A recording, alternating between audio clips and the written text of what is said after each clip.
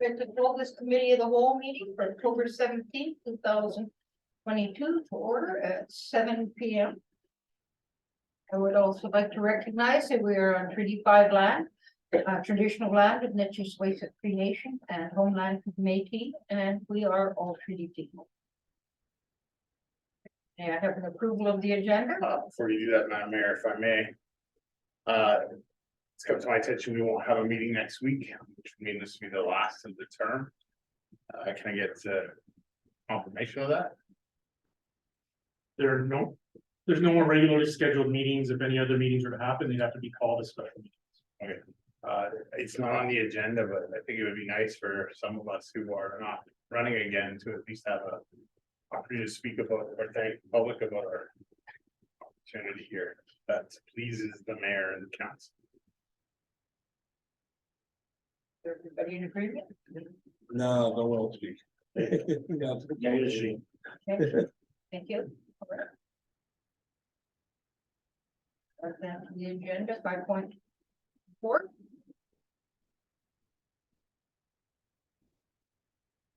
So now can I have approval of the agenda as amended?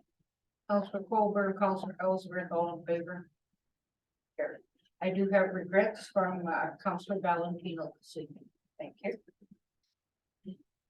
Next, I'd like to go community comments, feedback. Anthony, did you have any answers to this or any No, questions? there was no follow-up. Thank you. Community comments, feedback? Ron Malachuk, 20 Ash Street. Since it appears that the new aquatic center numbers are looking like they are approaching the $30 million mark. And since back in the day when I questioned why we were not having a public consultation, that was the consensus of council to hold. I'm wondering if the mayor is prepared to, well, actually, I'll go back to that I questioned that, and the reply from yourself, the mayor, was, we will let the people decide at the polls. Now, will we let the people have an informed decision at the upcoming election by releasing the numbers? For the 5th time, by the way, that I've asked this. We will not be releasing the numbers as it was decided by all of council, that could skew the tenders when they come out for the actual aquatic center. Wow. Any other comments, feedback? Any comments, feedback? Third and final time, any comments or community feedback? Thank you, seeing none. Go into reports. With us tonight, we have Staff Sergeant Shane Flanagan and Staff Sergeant Joe Duncan. Welcome this evening, and we'll let you go into your report. Thank you, Madam Mayor, councilors. This report covers the month of August. And like last month, the trends seem to be very similar as far as public disorder calls comparatively to last year. As well as some of the mischiefs are down. The increases are still with the assaults, the big person's crime. We've seen a decrease in the sexual assault and an increase in some provincial traffic. And that's more related to some of the MPI enforcement initiatives that fall over the summer. So that's why you'll see some inflation there, which is consistent from years past as well. Our collisions are down within the city substantially from last year at this point. And not included, obviously, in this report being August, but as you all know, we had the 5th homicide last week in Thompson, so that number will be 5, right, rather than 4 that's showing on the report for August. And that'll be updated in the coming reports. So, property crime is fairly consistent to previous years too. I included the newsletter that we've been including in the reports now for September. So just some of the more community involved activities that our members are involved with, as well as our public relations unit, specifically Special Constable Cleveland right now, since Constable Divert's still recovering from the surgery. So we're hoping to get her back more in an operational capacity in the coming months. So just a few pictures, obviously the Truth and Reconciliation Day, Orange Shirt Day, Paint the Car. We did the Terry Fox Run in September, obviously. There were some awards that they handed out over the summer. So one pertaining to a student from Marty Parker was presented to his mother, as he's not in the community. He's going to school right now, so that was a nice moment, as well as Special Constable Cleveland was the recipient of the Diamond Jubilee Award for the province. So he went down and had dinner with the Lieutenant Governor and was presented his medal at the end of September. So he was the only recipient, to my knowledge, in Northern Manitoba. But still a prestigious award, and we're proud of him as generally read the Thompson by the member of the RCMP for that. So it's nice to see. The mental health numbers, I'll go over here. You probably saw a decline last month for August, but they seem to be kind of, they're typically around that 45 to 50 hour a month mark since we started tracking them in May. So again, 15 and a half hours, RCMP members waited at Council General Hospital, assessing mental health patients, and 64 calls for service. So the cumulative cost, I know Councilor Valentino last month had asked for a breakdown of months. I will get that for the next meeting. But the cumulative cost that I was given is just over the 10,000 mark. And that's overtime costs incurred as a result of that. That's not costs with regular members that are on shift, right? That's in excess of on shift. So just to verify that.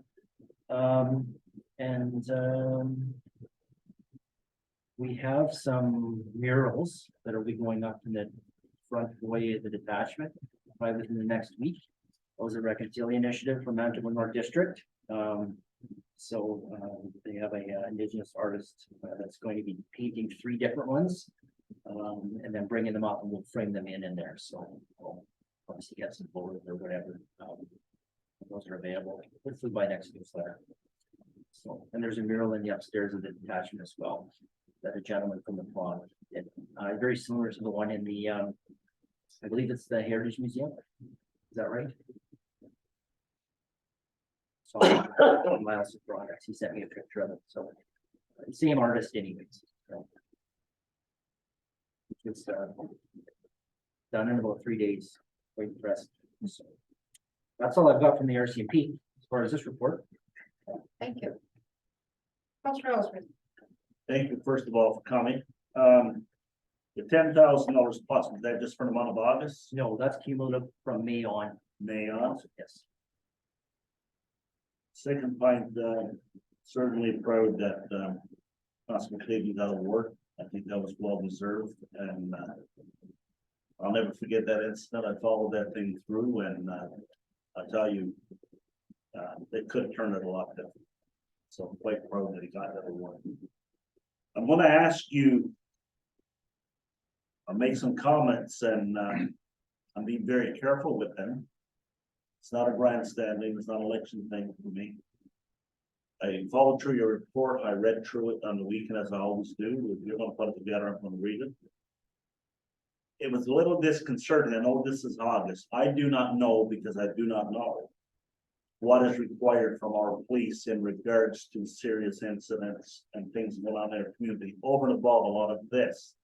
So for example, we were informed through the city manager up to the mayor about the homicide on Free Road. But it was very disturbing for me on the weekend when I found out, well, prior to the weekend of the shootings on Cornell, did not hear that from the police or the administration or the mayor. On the weekend, we had shooting that was very close to my own family personally on Grass River. I had a family member come over and pry in my house, and that's how I really found out about that. And it wasn't just one shot, I understand.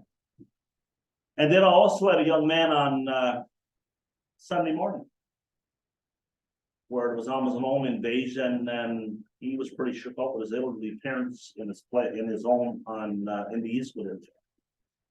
I guess my question to you, Staff Sergeant Flanagan, is this: what is it that the police, other than coming to a meeting like this, What is the requirement? What are we asking you to report out on as elected officials? For me, it's very disconcerting when I find out about it that way as elected officials. Not that we expect you in an ongoing case to investigate, get all of that. I think for me personally, it's the awareness of elected official where we are with the high rates of crime. I understand about the IPDs and all of that stuff, but this is some pretty serious stuff that's happening in our state. So back to you, I'll stop now. What is it that we expect from the mayor level or the city manager that you would report out on in a timely manner other than a monthly meeting? I would, yeah, at certainly the serious incidents, we do communicate directly with the contact in the council chambers here, so they are sent out as soon as I can get them out by email. So any internal communication and stuff within this group, I can't comment on that. Okay, No, I But, appreciate that. That's why I'm asking. but you I the get them question. out, I get them out as soon as possible, and regarding the more serious, obviously the homicides, home invasions, shootings, right? Where there's and if there's an immediate public safety risk, it would be in the media. So right away, Thank you for, I've got my answer. Thank you very much. So, yeah, it's communicated directly. yeah. Thank you.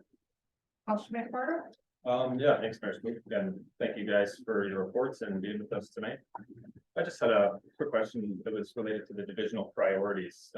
Modernization was listed amongst them, and I was just wondering if you guys could kind of expand on how you see that kind of fitting in and what that might look like practically for the council and the public tonight. And specifically, I guess, if that might help us to economize our resources, as we all know the protective services is a substantial portion of our budget every year. So that's more specific to obviously some of the I guess initiatives, for lack of better words, we're working on to get us back to core policing duties and some of the other additional stuff we're doing. I.e. when I give the stats related to the mental health patients and stuff, right? Looking after those folks at the hospital in guarding capacity. We're trying to get away from that and put other forms of, in this case, institutional safety officers, so that they can look after those patients and you don't have an armed police officer sitting in there for a period of time, right? So that takes us away from taking calls and dealing with on the streets. So that's one part of the service delivery and stewardship. And also, obviously, if there's lots of financial ramifications to having a police officer sitting in the hospital, as opposed to maybe someone that is, for lack of better words, a cheaper option, but yet still ensures the safety of that patient while they're getting their health issues looked after. So that's kind of where that one's kind of geared to. And we supply those stats, so those battles can be fought on the political front to you folks. So, Okay, yeah, we always appreciate the stats to make the case to that upper level. Again.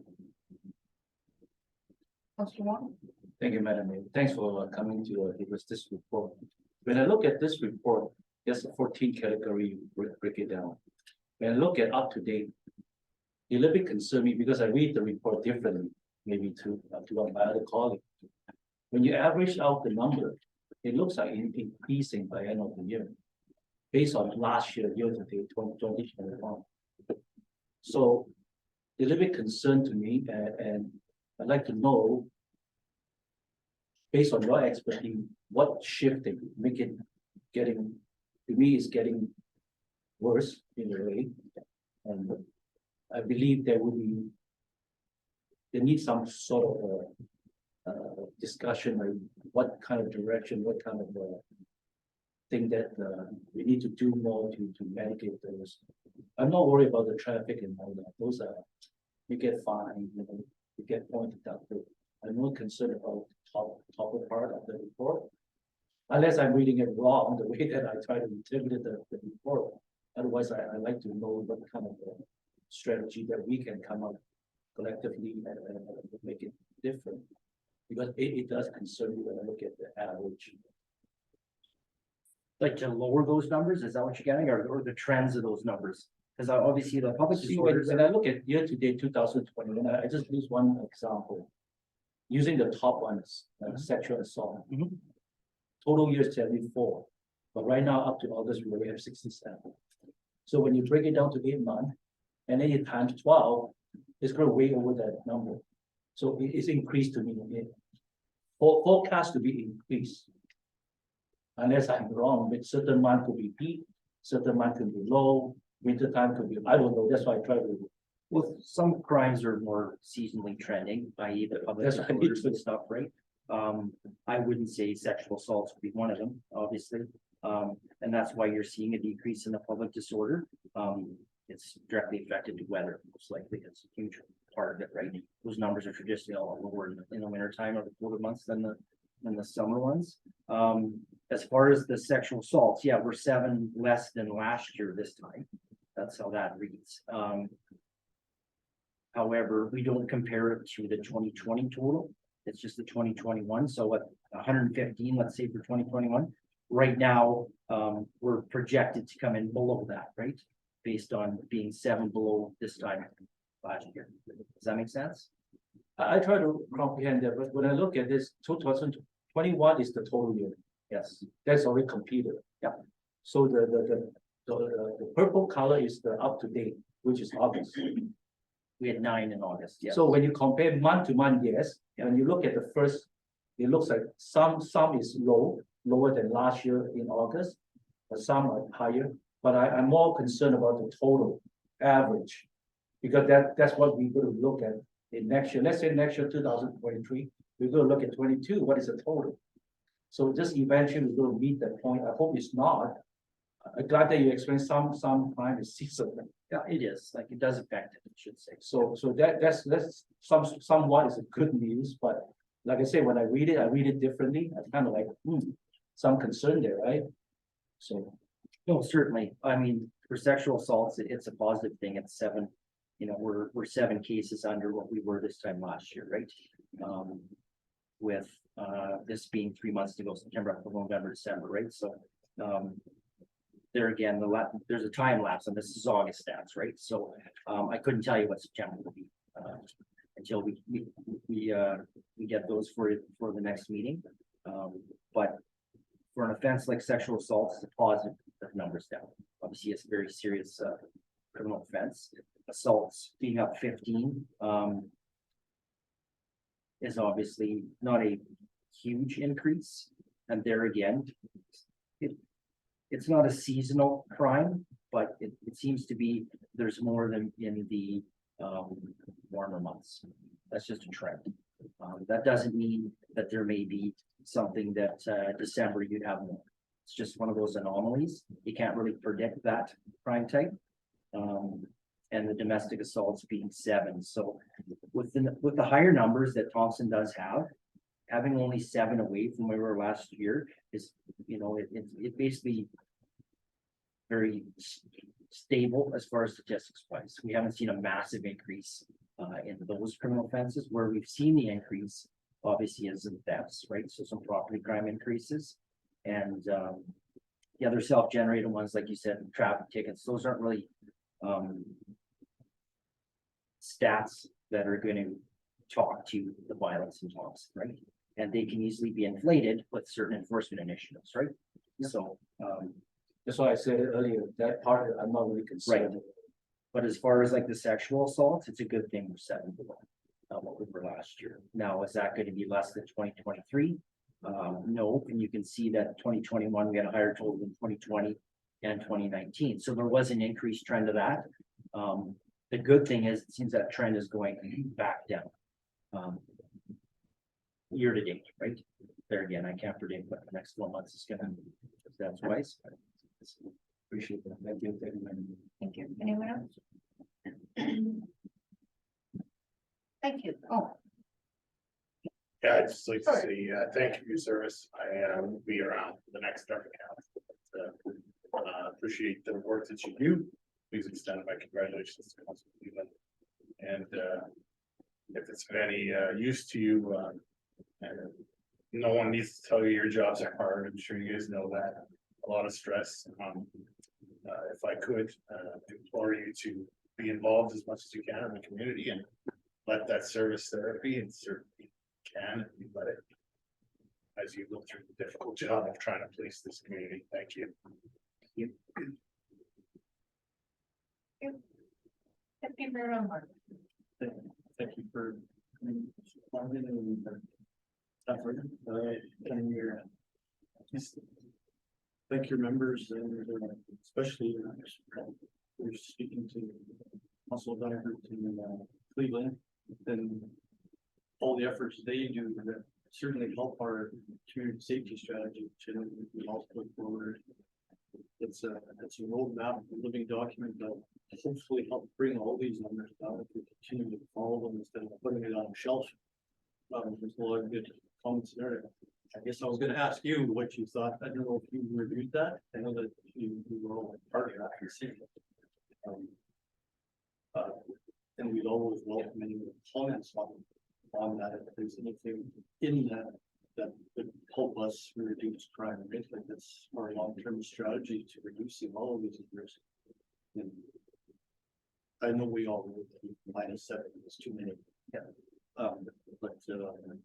Yeah, I just look forward to seeing that going forward and hoping that it changes more and more as we get farther into the document.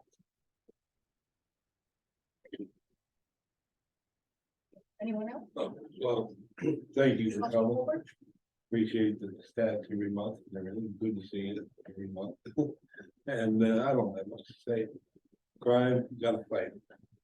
Right? Yeah, but I think you guys are doing a great job. Keep up the work. Keep trying to make our city better. Thank you very much. You understand. Thank you. Anyone else? Okay, I definitely too would like to thank you. I would like to thank over the last year how we managed to come together to get some more of the statistics that we need for the, working toward institutional safety officers and guard prisoners at the hospital.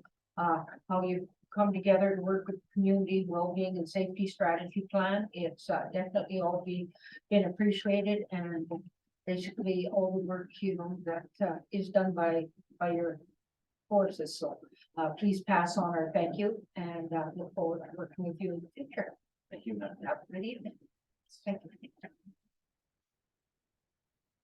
We're just gonna stick around if you don't mind, just. I was gonna say, you may stick around. Yeah, and just, I know Sonia's got a report and, we may be able to, add to her statistics too. Okay. We're going to go next into 5.2 recreation and safety report. First is the report from recreation and public safety. I'll actually jump right to the CSO section of the report while I still really are some key members for just something to add. So currently we have 3 CSOs that are working, and they're working 7 hours per day for 5 days a week. So we've noticed, as you can tell in the stats, our stats have gone down for September. We're about 499 disposed liquor lodged, were 22, and 22 people were transferred into our residents. We've also, the CSOs are also working and then moving and transferring people from the homeless shelter over to the healing center, which opened this past weekend. I met with them yesterday or this morning, and they advised me that they're noticing that there's a lot less traffic of individuals in the downtown area, closer to the homeless shelter, Canadian Tire, and the hub area. That those individuals now are more spending time over, I guess, at the healing center. So when they did go to the healing center Friday night, it was completely full, over 70 people there. There was not a lot of people outside walking around. Most of those individuals were inside the building. If they weren't in their own living space, they were watching TV and just hanging inside of the There's some anything to add to that part. If there's any questions on that.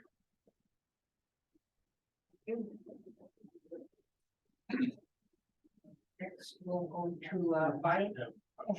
Question, I'm sorry, yes. Thank you, Madam Mayor. Through the chair, the 499 open liquor disposed, how many tickets were written? No tickets written.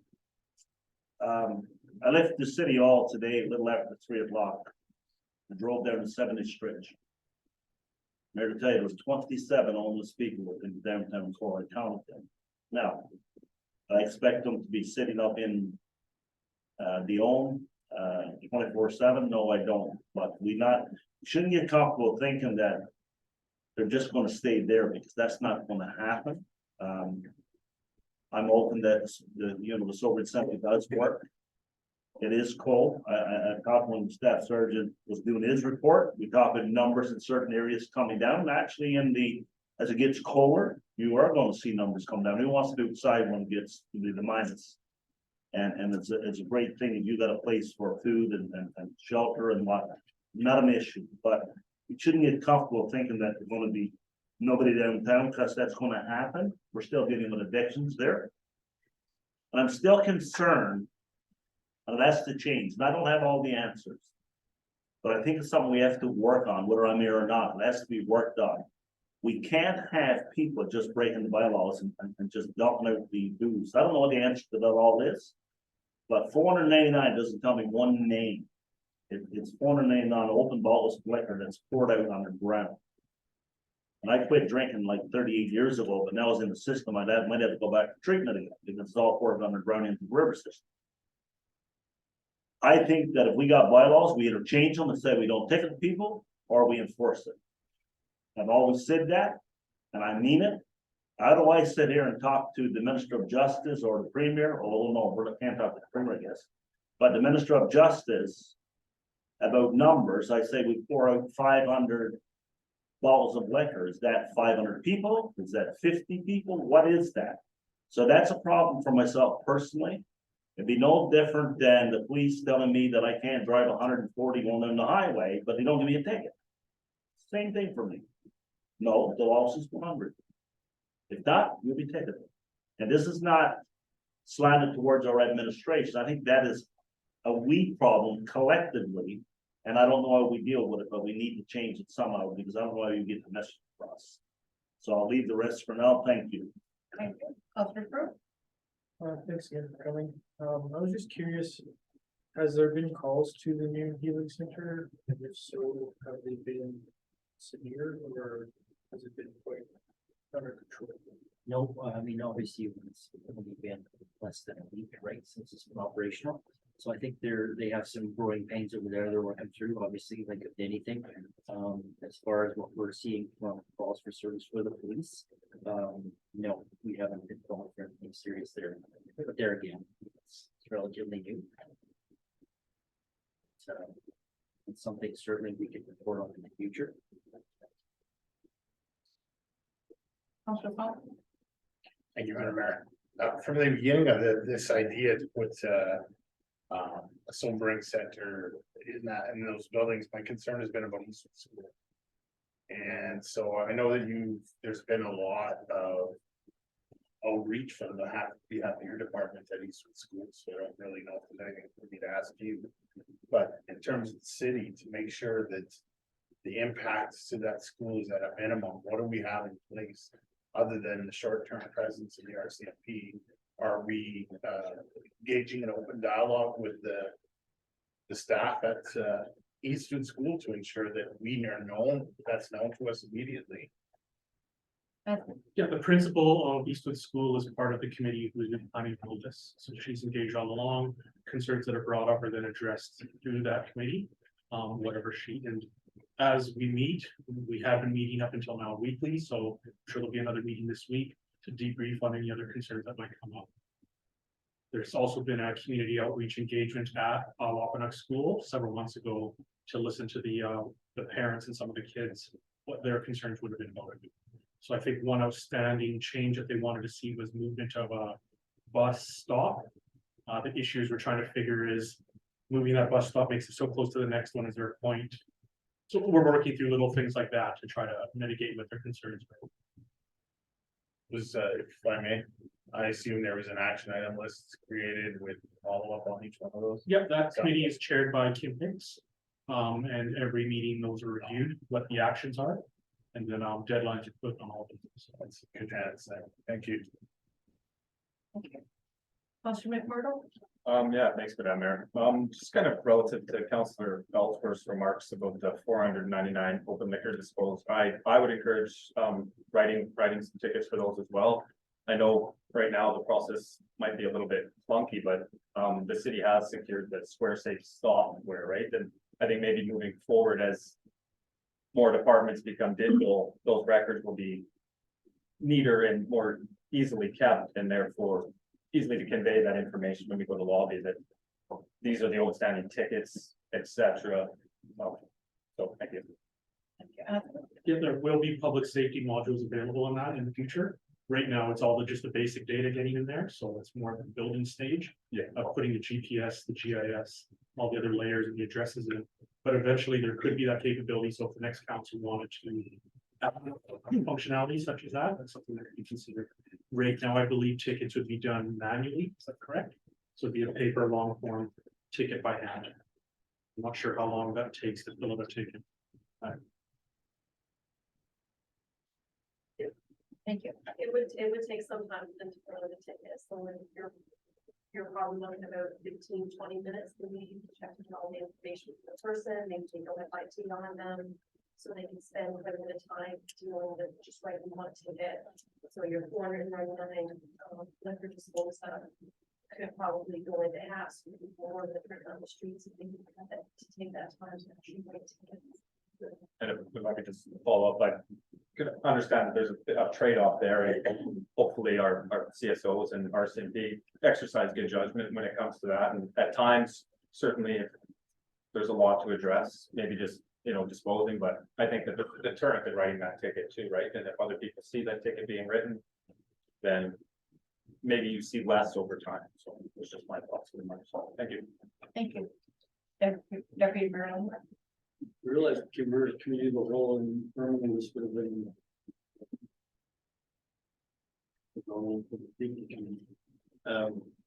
One of the questions I would ask back then was, or I would have suggested maybe was, we have a committee, community public safety, safety and well-being committee that has a number of experts. And I know that maybe the reason why we don't issue tickets is the time, and we couldn't dump out as many bottles, but also are those fines gonna do anything? Are we gonna pay them? And that's not the crux of the problem. We're looking for some kind of punitive or measurable, something to take. There used to be fine option programs. So I'm wondering if maybe the committee would have more ideas of what we could do for those issues, and I'd like to keep that forward to them.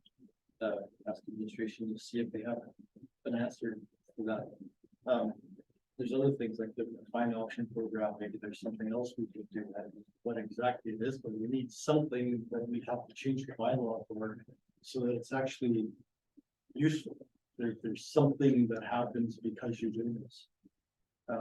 And we know that some of the folks that are having those problems and they're doing these things.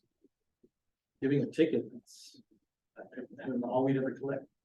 So there's got to be something that we can do somewhere in the middle. And there's better people, smarter people than us that deal with these kind of problems. I'm just looking for an answer from that. Thank you. Councilor Wong? Thank you. Just a quick question for the CSO, because we're talking about CSO. When I look at your report, this is based on 3 CSO members. So in your perspective, let's say we do have a full force, which is ideally is 8. Do you think will be more because you capture more, or will be less because it's more on the ground, so people will more behave? This is a question, I don't know. To speak. This Sorry, is I your wasn't report. sure if you were looking at the RCMP. I'd have to go back and look at what the stats were. We did have 8 CSOs. Because with 8 CSOs, you are obviously able to have more than just 7 hours a day. I think we had 8, we're up to around 16 hours a day. So I think our numbers were quite high right at the beginning as well.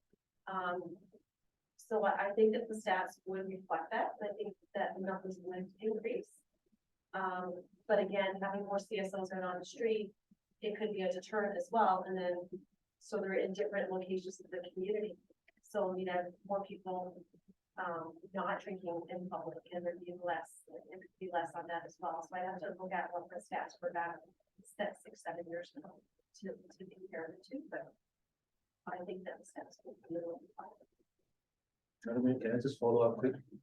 I think, I'm going to let Anthony, Stephanie and, Yeah, so the community wellness and safety plan addresses part of that. It did say that there should be an increase to the number of the CSOs. The reason being is that earlier intervention with people who are consuming substances will help to see a decrease that RCMP are seeing in more violent crimes downstream. It also frees up their time to be more proactive, doing other things in the community. So that was one of the recommendations of the community wellness and safety plan. And I believe it's under the pillar called policing resources. So there's a section that's specifically on that with multiple recommendations. Also, RCMP did an internal review. The D division did it with recommendations on the staffing forces that should be up here. I know those numbers are private, but some of the numbers of the increase of RCMP members that are recommended. But there was also a recommendation of increasing the CSO force, I believe, from up to 10 to 12 is I think what the recommendation would have been to help offset with a lot of those more maintenance issues in downtown. With the idea that by dealing with those, would free up the members to be doing more of the frontline policing services. And I believe that's what our staff sergeant is calling the force modernization, is to get back to the RCMP's core focus. By using CSOs, that's a more efficient resource than using an RCMP officer to address some of those problems. You answered part of my question, but like I said, we report differently. So when I ask the question, if we have more CSO, that means we cover more footage and more place. So that means more people get caught drinking in the public and dumped. So is that really helping the environment? To me, it's not necessarily the case. So I'm more interested to look at what can we do more besides leverage the hour from RCMP, attend the social issue, but I also like to see what can we do, not because of we have more CSO, now we catch more people drinking. That's not going to be helpful for me to look at the stat. I'd rather to see reducing people drinking rather than catching people drinking. That's what I'm more concentrate to be. That part of the equation I like to focus more onto that part. That's why I like to ask questions to the expertise to give us some idea what in the past what is that they can do to help the situation. To me, if we keep on doing that and the result is getting worse, when you look at the comparison, it's not what I want to see. I want to see the result getting better, not worse. So I hope you guys understand my question. That part. Anyway, appreciate it. Thank you. Yeah, the first pillar of the community wellness and safety plan addresses exactly that. So the first step in that was to establish the sobering center, which people are now calling a healing center. But that was the first goal in there to start to address some of those issues, specifically around substance abuse and particularly alcohol. The idea there was that by having that resource in place, then the community should be getting together and executing a number of the other plans that are laid out over the next 5 years to address that alcohol consumption in the community. So there's a number of things that are laid out in that plan to address exactly that. Councilor Colby. I've always maintained for the last 3 years that, well, since the liquor store has been there, that a majority of the people there got homes and houses, and they come downtown to drink. And the reason why I said it is because of that drink. We're trying to clear it up. The thing we gotta do is we gotta separate the homeless from the people that are there to drink. We're calling them all homeless. They're not all homeless. I know a lot. I lived with them for 16 years, some of them, right? When the liquor store was over there. They're not all homeless people. There's people that come downtown just to drink. That's the people we gotta isolate right now. Make sure they're not drinking downtown. The homeless got nowhere to go to drink. But they got a home. That's my point of view. Thank you very much. Thank you. Councilor Ellsworth. Thank you, Madam Mayor.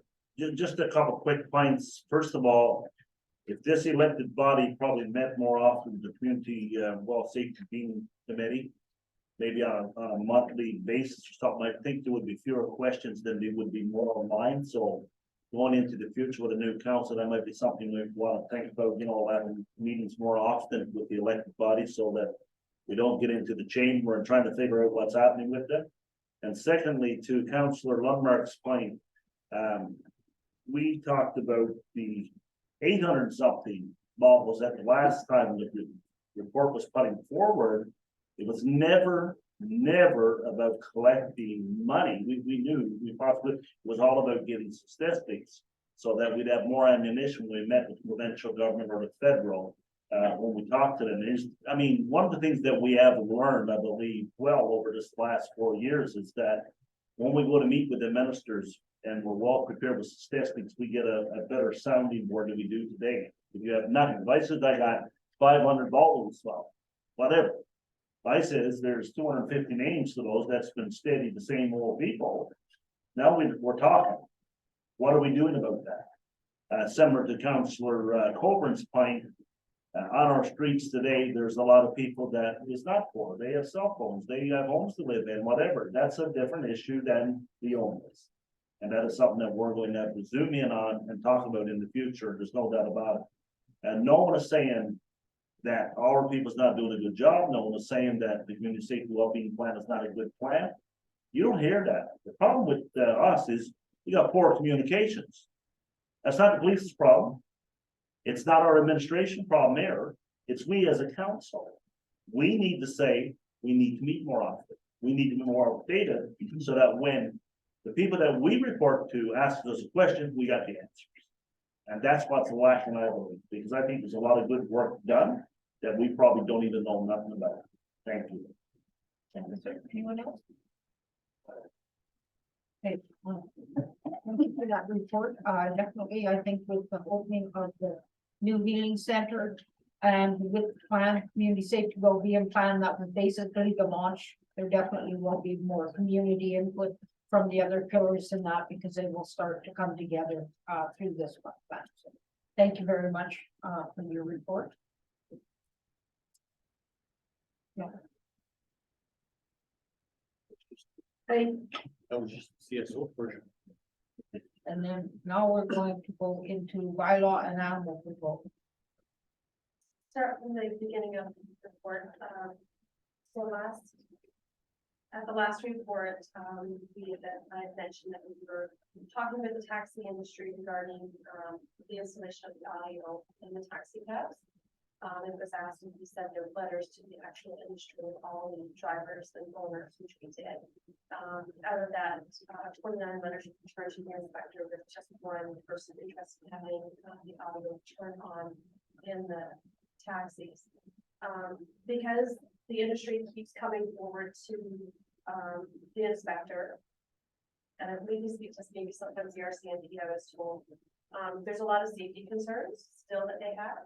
So the inspector, the management are gonna work with the RCMP to see what the pros and cons are of having that installation of the turning on, this turning on an audio in the taxi industry in all the vehicles. So we're gonna sit with them and see and come forward with a recommendation to council prior to finalizing the taxi bylaw. The taxi bylaw is almost complete. So we are going to be making that recommendation on what it we'd like to do it prior to bringing the taxi bylaw for first reading. The bylaw inspector, so we initially started out with 78 derelict vehicles in the community. We're down to 11 right now in the community, so that's a huge jump. And I was just told that we're down to 8 right now. Today, it's jumped down now. We're at 8 in the community. We have 8 that are sitting over at public share, which should be destroyed or crushed later this week. So the number, I think that's a pretty good news story to say 78 that we have in the community down to 8 right now. So those vehicles will be taken to public share. Once those other 8 are there, they're destroyed. We'll keep it for 45 days under the Brad Keepers Act, and then they will be dismissed as well. And just to note that the bylaw inspector is still doing covering both positions for animal control and the bylaw inspector. We will be able to speak for that position. It's that, let's move on to recreation. The ice is both in both ice arenas right now, which we have the CA. We have dedicated as of this weekend, Friday, Saturday, and Sundays, an advertised community dedicated public skates. Non-ice facilities, which are Philomance Wellness Center and we're pretty much booked from 3:30 right on up to all of the evenings. There are some daytime spots that are open, but there's a lot of activity that's taking place. We're seeing the fitness, there are pods, gym classes that are taking place. We're also able to use a lot of birthday parties, community meetings. And the city also uses a lot of the spaces for our meetings and taxi horses. Events that have taken place in the facility, we did have Truth and Reconciliation on September 29th. We had over 200 people in attendance at that event. We also had a farm workshop at the TRCC. Gentleman from Fun came up and put that on. We're probably going to be looking at doing that again. We've had a lot of people who asked for that particular pottery workshop again. We did have some events that we did have booked, but they were canceled due to blackout or no registration. So at the end of this month, we're going to be hosting our first haunted house. It's going to be held at 29th and 30th. And we also partner with the Thompson Fire Emergency Services for Fire Prevention Awareness Week. We hosted a family fun rescue in 2015. And under other, we are actually still continuing to work with the tenant for the agreement for the concession. And the pool committee is continuing to fundraise that concession for events, and I believe that's going to continue on to the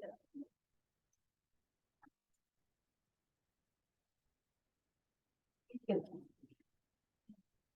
Councilor Colburn. I want to come back to the license. Do you RCMP get very many complaints about inside the taxi? We do get them. Yes, so this would be a good tool for you to use. Very good.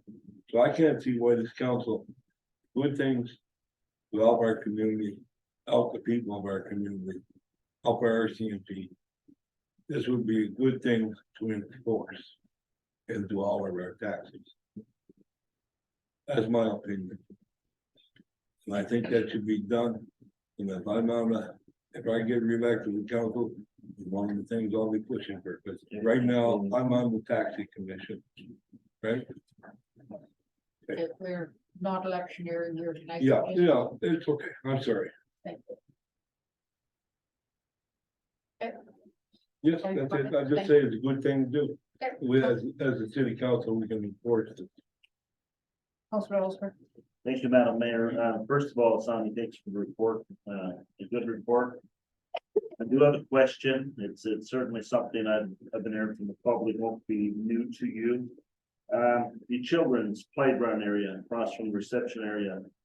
We talked about that was going to be turned into something else. I will tell you that I've had pastors in the community and other people reach out to me, and they would hope that we did not do that. So I'm just wanting to leave that with you as a consideration, because there's a lot less to do in this community than it was 5 years ago, 10 years ago, and that's another thing. The younger children, where parents can go, and I know there was all a bunch of issues that I won't get into tonight, but I think we might want to go back and revisit that and see if there's something we can do there. Thank you. Councilor McMurray. Yeah, thanks, Madam Oh, Mayor. sorry. Councilor Wong was before you. I Oh, apologize. okay. So, thank you, Madam Mayor. I want to go back to the licensing, Sonia. I appreciate that you did what I asked for, to send up a letter for a response. But I'm very concerned about the return 29 letter, so not even 21% of people that bring back the feedback. So to me, it doesn't reflect to what we're trying to accomplish. So somehow I think we need to do more to get a better idea whether it's a good thing or bad thing. We try to be inclusive. We try to get the driver and the owner to have the say, but it seems like they're not interested to cooperate with the bylaw or the city to make things better. So somehow I think I'm not involved operations, so I only can say what I want to say in policy part, so hopefully can come a better idea to make them engage and get the feedback. So to have a better picture of this particular issue that we try to accommodate. Thank you. Madam Chair. Thank you, Anthony. Yeah, I believe the department has had public meetings as well as industry meetings with them. As well as contacted through the inspector, and then one thing the council or the next council can consider is go ahead with your own recommendation on what the bylaw is. Have the first reading, and then there will be a public meeting and people can come and they'll have their opportunity as well. So there's only so many things that can be done to try to get that engagement. And sometimes people don't respond because they're fine with it. So we sometimes see that when information is sent out, people don't bother responding, it's because they have no issue. Councilor McMurdo. Yeah, thanks for that, Mayor, and thanks for the reports. One positive I'd like to point out right away is, I've heard lots of good things about the clarity of the public skating schedule, and I think you guys might have bumped it down a half hour earlier, which gives opportunity for even younger kids to get out, so good job with respect to that. And then one question for administration, we talked a bit about the multi-sport court, the hours for the lights, what would be appropriate, and as it gets colder and haven't really seen it being used much. I wondered if you guys had met or talked about what might be a recommendation for either reducing the time that the lights have been on, or I don't think I've seen a footprint in the snow last year, even maybe locking it up once it gets cold enough. And if somebody from the community wants to say use it, then it could be dealt with. Anthony. Yeah, I think there, as administration, there's still discussion on if we could convert that to skating in the winter. So it was originally designed with the way the flooring is, that you could build skating surfaces inside there. That was the original intention. So there's discussion now, can we actually pull that off, or what would it look like? Are there any impediments or things kids are gonna run into? But I think that's what the department's currently working on. So there hasn't been any decision on the lights that our recommendation brought to council yet because of that. Okay. And just for clarity, what time do they go up? I don't believe they They do. don't. Yeah, okay, because I know mine after midnight. No. Okay. They don't go out. Anyone else? Seeing no comments, only comments I've had from a couple of the taxi operators, it's, they have no issue when having the voices, having the, when they're got a fare in the cab, it's when they're sitting waiting and they're on their private phones between calls is when they're worried about their conversations being taken. It's not when they're actually, you know, transporting passengers or that. It's just sometimes there's a lot of downtime when they're sitting in the cab. So it's just passing that on from what I've been told. So thank you for the report. So I appreciate it. Next, we're going to go on to the ambulance. Thank you, Madam Mayor. We'll start off with fire response in the month of September. So in the month of September, we had Thank you. 46 fire responses. Total value is lost was $75,000. We had 2 general alarms. So you'll see right now it's been an increase over this time last year. We had, as of today, we have 408 fire responses. Last year we had 377, an increase of 8.22%. On the ambulance side right now, we are sitting currently at 663. Before you have a breakdown on what we have of number of city trips versus out of city trips. And just for clarification purposes, those out of city trips, pardon me, are the interfacility transfers where we're bringing in patients from the northern communities to be either reassessed, stabilized, and in Thompson General and be further sent down in Winnipeg. So we had 387 in-city trips and we had 276 out-of-city trips. So that's the breakdown. Those priorities, in case anyone's wondering, those priorities 1 through 5 were determined and set by MTCC out of Brandon. So that's with respect to the responses within our community. So year to date, we have 5,930 trips, slightly down by 2% over this time last year at 6,056. On the inspection prevention side, so obviously Director Wiseman had indicated that we partook in a fire prevention free skate with the community at the arena this past Friday. This past week has been Fire Prevention Week, from October 9th to 15th. And we've been hitting the elementary schools really hard. Despite being busy, I want to give a shout out to my crews downstairs.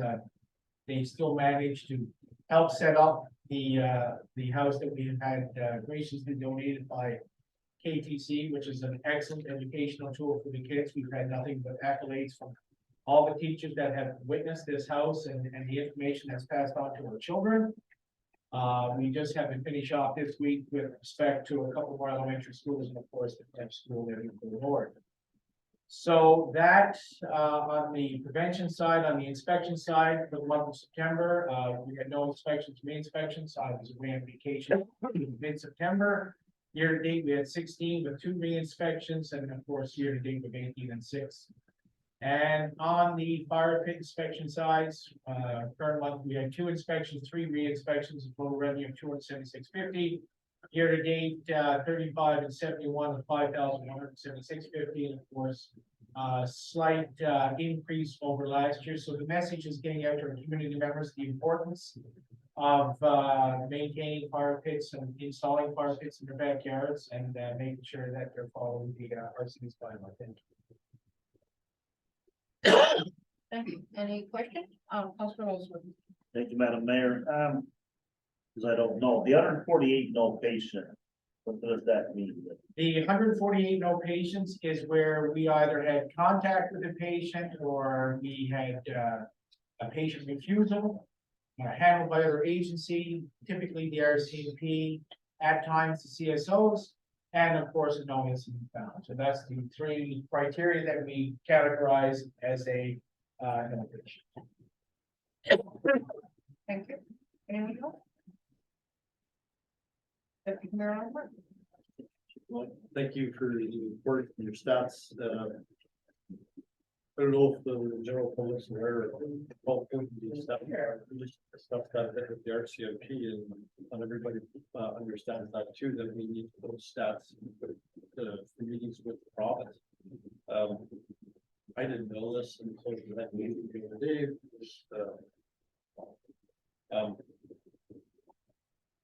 But having those stats and them knowing that we have a busier fire department in the city of Brandon, something that people probably should know, and how busy you folks are and how important it is for us to recruit some new staff. And just hope that we can work with them to get some training that will keep some staff from the north. It just seems that over the years that we can retain staff that are from up here and work for a longer period of time. Thank you. Thank you. Councilor Thompson. Thank you, Mayor. Thank you for the report. Forgive me for being a little selfish. I'm not gonna have this opportunity again. In talking to your predecessors and to my colleagues at the province, many would have argued, and I certainly in this seat here for 4 years, advocated for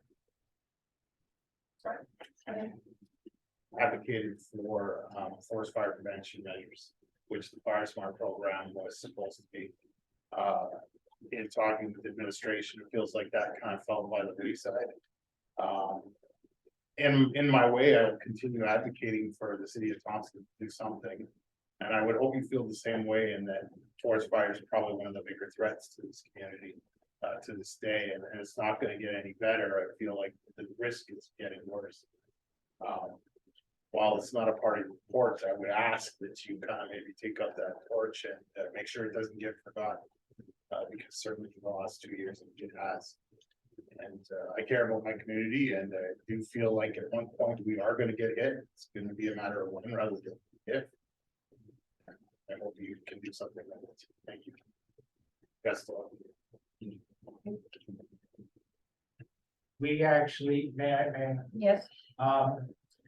We are the first municipality to actually put forward a fire smart program in conjunction with conservation and climate, as you know. We did have discussions throughout the season this year, and unfortunately, we haven't had any serious incidences near our community with respect to forest fires. And we're still advocating on behalf of looking for community champions in each neighborhood with respect to doing a 30, 60, 90, and if you want to break down with the 30, 60, 90, it's 30 meters, 60 meters, 90 meters from your home with respect to making sure that the fuel mitigation around your home, your debris is cleaned up with some easy tools. And then, of course, being recognized as a community champion in conjunction with our partnerships with our conservation, we give out a $500. So that's just a small token of appreciation from I guess us as a municipality and of course conservation with the province, saying thank you for taking on such an endeavor to protect not only yourself but our community. If I could quickly follow up. So the meter distances. Yeah. May require people to encroach onto city land, actually likely do that. Your land is probably gonna be 30 meters from your property line. I just hope that, and the plan was in Fire Smart to have that consideration there. I hope that continues where city land is here as well, where it's limited. Thank you. Yeah, further to that is, actually the department and myself, as well as the Department of Conservation, and I believe it was EMO, we had met several times this summer, looking if we could plan a bit of an exercise to exercise out the plan. Unfortunately, with the fires up in some of the northern communities, the provincial side weren't able to commit to that this summer, but normally we regroup with them mid to late November, December, have EMO kind of touch base meetings. I believe that's something that we'd be bringing up again is, could we plan for exercising that plan in the spring or summer of next year? Thank you. Feel better already. Thank you. Councilor Ellison, did you ever have no? Okay. Anyone else? Oh, Danny? Sure, just after the mayor's report, can I have the opportunity to speak in regards to the council schedule? After Your mayor's report, and before council says their things. thank you. Okay, seeing nothing, we will move on to the mayor's report. So this covers from September 7th to October 17th. Along with council member, city manager Anthony McGinnis, and director of development and technical services, we met with Addison Signs on September the 7th. And attended and gave greetings to Thompson Seniors Resource Council AGM on September 13th. Along with city manager Anthony McGinnis, we met with NRHA CEO Helga Bryan, and along with council members, we met with Manisha Pandya on September 14th. The Thompson Taxi Commission hearing was held on September 20th and 21st. Along with council members, we attended Take Back the Night Walk on September 22nd. Along with city manager Anthony McGinnis, we attended the signing ceremony for the declaration to eliminate all forms of Indigenous specific racism, accompanied by Minister Gordon on September 26th. Along with city manager Anthony McGinnis, we attended the AMM Fall Cities Caucus meeting via Zoom on September 27th. Along with council members, we attended the painting of the crosswalk Every Child Matters, and attended and gave greetings at the Arnie Parker Collegiate's National Day for Truth and Reconciliation event, as well as an interview with CBC Manitoba was held on September 10th. I attended and gave greetings and opening remarks at the KTC annual Orange Shirt Day event, September 30th. Attended to bring greetings at the Mumawituck Friendship Center's AGM, and border revision was held on October the 6th. A tour of the Sobering Center was held, and I met with North Forge Fab Lab on October the 7th. Along with city manager Anthony McGinnis, we met with Tara Ritchie and the Community Wellness and Public Safety Advisory Committee at the Healing Center. Community Open House was held October the 12th. Along with mayor and council and administration, we met with Premier Stephenson during her visit to Thompson October 14th. And today we had visits from Minister Squires, Minister Wasco, and MLA Wishart. They actually did a tour of Arnie Parker. There was an announcement of the Y for Fire Spirit Program. They attended the crisis center, they attended, the street reach, and saw that. They went to Mama Weetuck Friendship Center for the youth summit.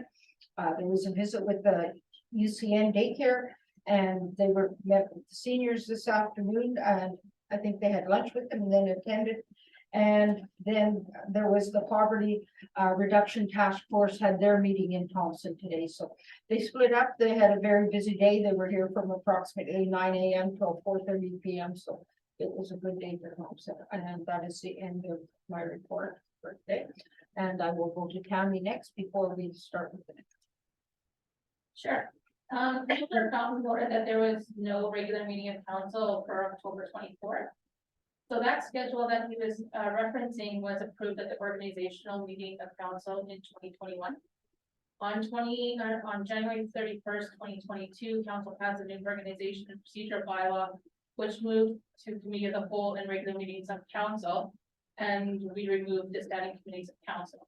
So with the passing of that bylaw, the schedule that was approved at the organizational meeting was then null and void, as we got rid of that regular council schedule. The Oregon procedural bylaw states that committee of the whole meetings will take place the first and third Monday of the month, and regular meetings of council will take place the second and fourth meeting of the month. And if there's a fifth Monday, there will be no meeting held. The organizational and procedural bylaw supersedes the resolution that was passed, and a new schedule that was posted on Thompson.ca, and it was also sent to council. So that being said, there will be a meeting scheduled for October 24th. And it will be a regular council.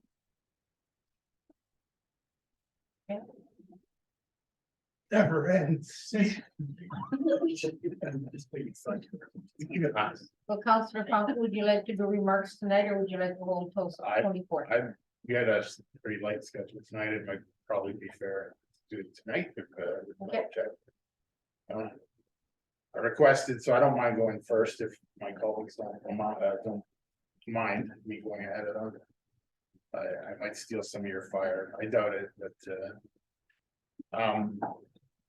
first of all, when I think back on 4 years, a lot of people might be apt to think, wow, how time flew, but this dragged on like an anchor on a ship. A much bigger anchor than the ship needed. So it felt like a lifetime, and when you think about it, council actually a 4-year term is a 10th to 1/15 of your life.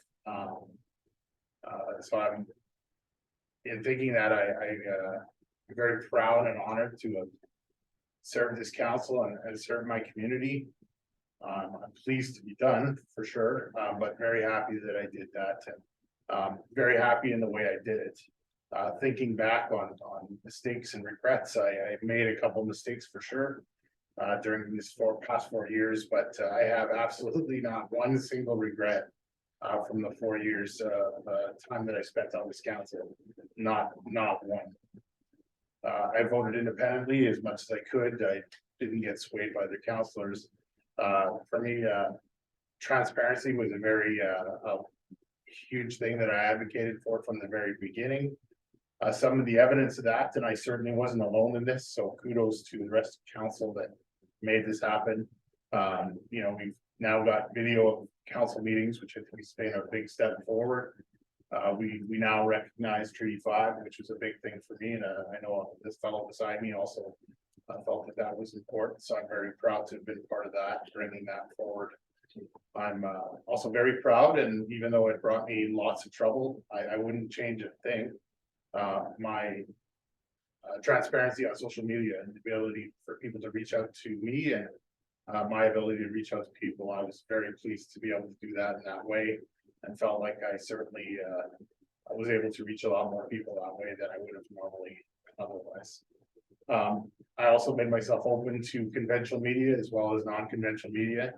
Everything from CBC News to Rebel News, which is probably the whole spectrum. If it isn't, I don't know what's on the other end of those scary things. I have some things noted here, but I'm gonna move on past it. I think the best thing and best memory I have sitting in this council, and I hope some of you will remember, early on in the days of our term, we were able to recognize, Mr. Brett Thompson, who's an Aboriginal fellow who served in the military, and still does actually. And he represented the Canadian Armed Forces in Europe with the Eagle staff. We weren't able to have Brett attend with us, but his sister attended. And I was quite moved, and will never forget the reaction from that family, from just that little bit of recognition. I'm pleased that I could have, there was 3 individuals that I recognized as part of my council term as a councillor, and many others that I recognized in my own way on my website. So I'm very pleased to have done that. I'd like to thank council, councillors. I don't think that it was the easiest of roller coaster rides for any of us. It was definitely a tough term to council. And I think in many ways, many of us were at odds over that term of council. For me, that was wonderful. I love a little bit of mixing it up, and frankly, my wife will attest to, there are many nights that I came home quite passionate, whether it was angry or happy or sad or whatever it was, but I wouldn't have had it any other way. And I thank you all for, putting another layer on this already thick skin. Gotta leave before I get any more layers, because I'll be in real trouble. I'm already at 2x. I don't know what'll happen if I was here for another 4 years. Finally, last behind me is my beautiful, wonderful wife. You can just see her right there. Look at her, pointing at her right there. Hi, babe. Thank you so much. I couldn't have done this without you at all. And my kids sacrifice time with me. I wouldn't recommend that anybody sit in this chamber if they've got young kids. It is so tough to take that 4 years and really majority of their time as youth, and give that energy to the city when you should be giving that to your kids. And, the fact that my kids haven't thrown rocks at our windows or still love me at the end of the day is I'm very happy now to have the opportunity to spend more time and energy with them.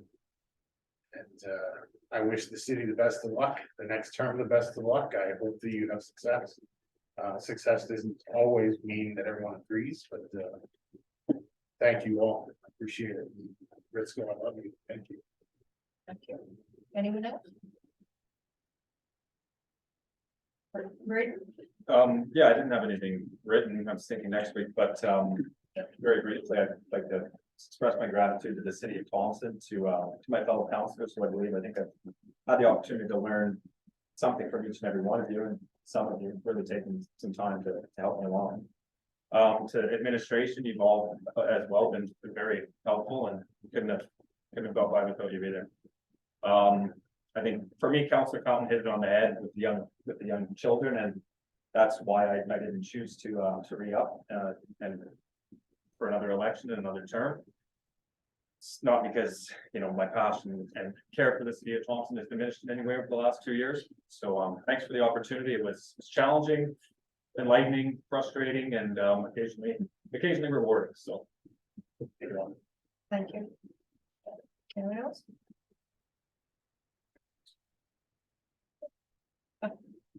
Oh, Done. yeah, okay, thank you. I think I will speak a bit, yeah, it's been the learning for the whole term. And appreciate that giving me the opportunity to learn some of the people, different perspective. And I believe that I did grow up a bit compared to the first term as a city council. So, and learn how to work with other people and talk to other people and engage and be inclusive. It doesn't matter we have a different opinion, but somehow at the end, we still talk to each other, not like getting to the point that no longer speaking to each other. So that is one of the things that I learned from this term, which is a great thing. And whoever that do not looking forward to continue for this journey, and I wish you all the best and all the best. And what we're looking for moving forward to this, and good luck. Thank you, man. Thank you. Anyone else? Okay. Brian? Those of us that are running for re-election should be. Yeah, anyone who's running for re-election, if you want to make general comments, that's your prerogative, but as this is a municipal resource, you cannot use this to discuss your election. Or your campaigning at all, so, I didn't cross the line, right? no. Okay. You did good. Thank you. The best. I just wanted to have Jeff along. See ya. I can follow up with that one. Earl, I'd like to thank the counselors that are leaving us. It's been a pleasure knowing you and reading you and working along with you for 4 years. Good luck to the counselors that's running, and thank you to the administration. You've all been very good to me. Thank you very much. Good year. thank you. Andre, Yeah, just also, don't have much, I'm usually a pretty quiet guy, but, I've learned a lot in the last 3.5 years for myself. Everything from the election process at the beginning to the end of the term here of, policies, procedures, how administration functions, all that kind of stuff was a learning curve. I would have liked to run a second term, but for personal reasons, I'm unable to attend constraints, so I will, that's why I'm not running again, but definitely, as Brian said, the passion for the city is still there. I'll look for other ways to help with the community as I can. And I'd like to thank all the council members also and mayor for support and helping me learn in the last 3 years or 4 years, and yeah. thank you. Madam Mayor, if I could have one more comment. No. I return the love back to Council Ellsworth. I take that as an endorsement, so. We can have- We'll read you the lot.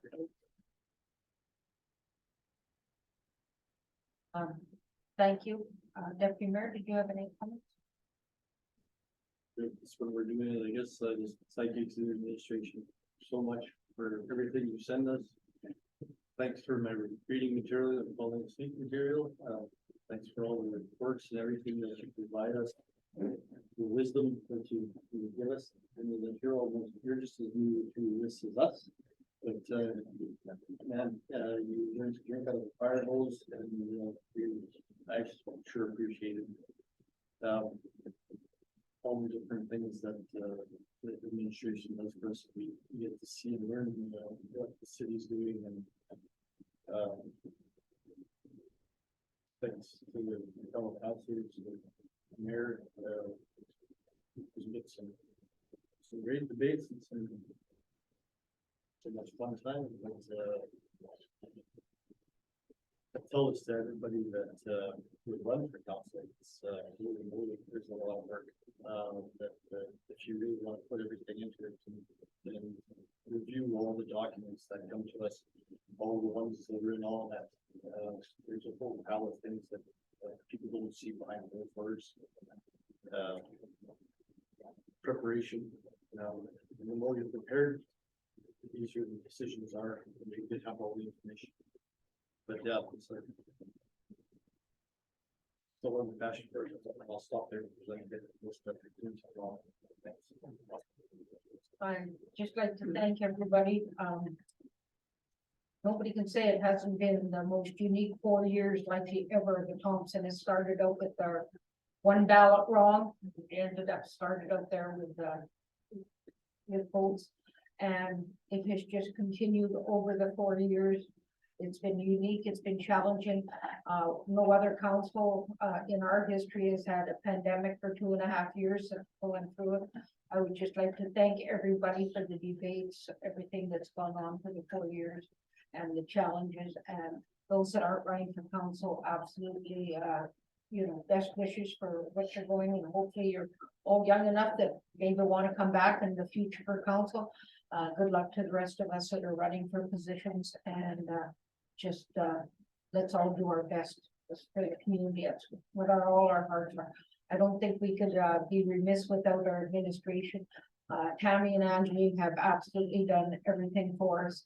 And the rest of our administration, thank you for all the hard work that you put in for us. Anthony, thank you very much for all you do as our only employee. It's like, I'm sure having 200 little bosses there on your shoulders, but we do appreciate that. Thank you very much. Did I miss you, Les? Did you put your hand up again? I'm sorry. Fine. Go ahead. So, no, I would just, want to say very. I'm not a guy that talks here.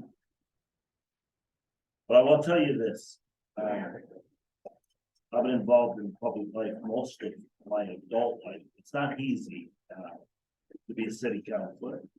But I will tell you, it's rewarding. It's rewarding when you have been given an awesome responsibility to represent not only the 13,000 plus, but as Mayor Snook often says, the outside community, which consists of over 55. And I believe in my heart, I have to believe that nobody sits in those chairs, not gonna stay here. Certainly ain't for the money. They care about the city. And we're not supposed to always get along. We're gonna have hopefully healthy debates, and that's the way it should be. And there's times where maybe gonna go home and not really like each other, but that day is gone, you start over fresh.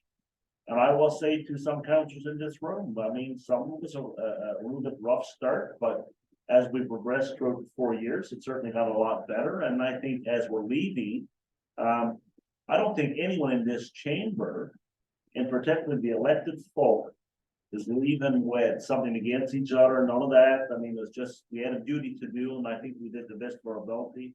And I too want to thank the administration. At the end of the day, there's the elected folk, and then there's the administration. You have to work together on behalf of all citizens, and I believe that's what we've tried to do. And certainly for those that will not be returning on council, that's in the room tonight, to be more specific, I want to thank you personally for your work. And Jeff, it be now on the head or Council Fallon, it's not easy when you got children. It is not easy. It's not easy when you got your own business. It's tough. So thank you, Henri, Councilor Fallon, Councilman Murdo, for your service to Thompson, and certainly thank you to the administration for what you do as well. Thank you. Okay, call for adjournments. Councilor Colburn, Deputy Mayor Landmark, all in favor? Thank you, folks. See you Monday. One more meeting. She had to do that.